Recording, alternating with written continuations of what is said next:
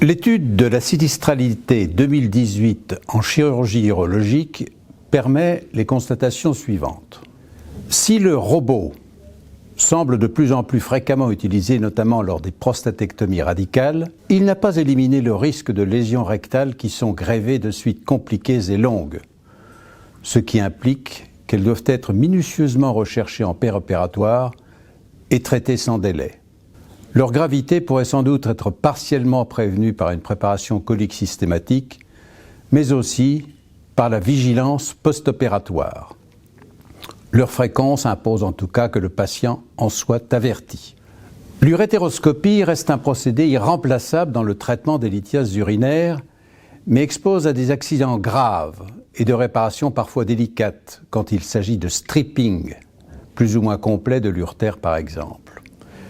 Les pyélonéphrite calculeuses exigent toujours une prise en charge urgente, adaptée et spécialisée si l'on veut éviter les accidents mortels ou septiques graves, conduisant parfois à des amputations des 4 membres, et ce, quel que soit l'âge du sujet.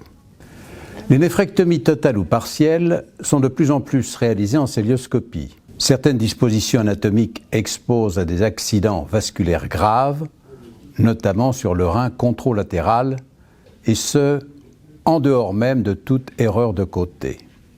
Les torsions testiculaires, toujours aussi fréquentes et si souvent diagnostiquées avec retard, ne requièrent, rappelons-le, ni échographie, ni appel aux spécialistes, mais au moindre doute, l'orchidotomie exploratrice, sans tarder un seul instant.